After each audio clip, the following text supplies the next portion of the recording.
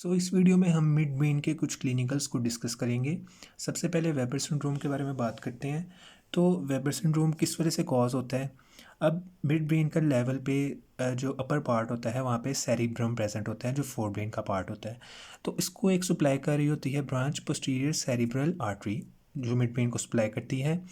तो अगर इसकी ऑक्लूजन कॉज हो जाए तो उसकी वजह से निक्रोसिस हो जाती है ब्रेन टिश्यूज़ की, ब्रेन टिश्यू की डेथ हो जाएगी। और इसमें क्या क्या इन्वॉल्व होती है, ओकुलोमोटर नर्व और क्रेस सेरिब्राई, ये दोनों इन्वॉल्व होते हैं। ठीक है, अब इसकी वजह से क्या क्या इफ़ेक्ट्स कॉज हो सकते हैं। तो कुछ इप्सिलेटरल होते हैं और कुछ कंट्रालेटरल होते हैं, मतलब ऑपोजिट साइड्स के भी हो सकते हैं। तो इप्सिलेटरल जो होंगे उसमें ऑप्थेल्मोप्लेजिया हो जाता है, तो ये मसल्स ऑफ आई जो होते हैं उसका पैरालिसिस होता है। ठीक है, अब कंट्रालेटरल जो अपोजिट साइड्स के हो सकते हैं, तो उसमें पैरालिसिस हो सकता है आपको lower part of the face, टांग मसल्स जो हो सकते हैं वो उनका पैरालिसिस हो सकता है, या आर्म और लेग। तो ये कंट्रालेटरली कॉज हो रहे हैं।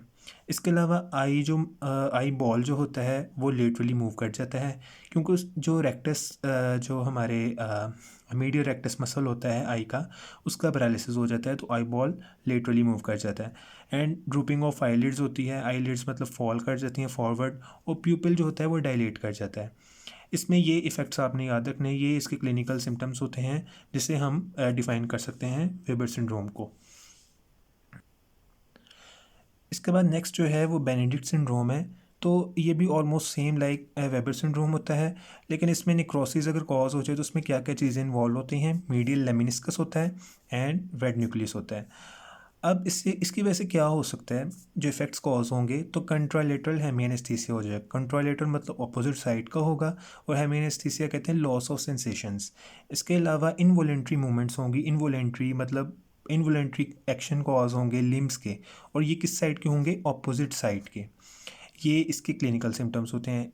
एक ये वाला क्लिनिकल और वेबर सिंड्रोम ये बहुत इंपॉर्टेंट है मिड ब्रेन के हवाले से। देन इसके बाद कुछ सेरिब्रल एक्वेडक्ट का बताया गया है। तो अगर उसमें सेरिब्रल एक्वेडक्ट में अगर वहाँ पर हाइड्रोसेफेलस कॉज हो सकता है, अगर वहाँ पर कोई ब्लॉकेज हो जाए तो सेरिब्रोस्पाइनल फ्लूइड वहाँ से मूव नहीं कर सकेगा। देखें, जैसे ये सेरिब्रल एक्वेडक्ट थी, तो ये कंटेन करती है सेरिब्रोस्पाइनल फ्लूइड। अब थर्ड वेंट्रिकल होती है, और लेटरल वेंट्रिकल से जो फ्लूइड होता है वो फोर्थ वेंट्रिकल में जाना होता है। तो जब यहाँ पे ब्लॉकेज हो जाएगी तो उसकी वजह से यहाँ पे उसकी अकोमोलेशन होने लग जाएगी, और इस कंडीशन को हम बोलते हैं हाइड्रोसेफलस कंडीशन बोलते हैं। तो इसकी वजह से जो है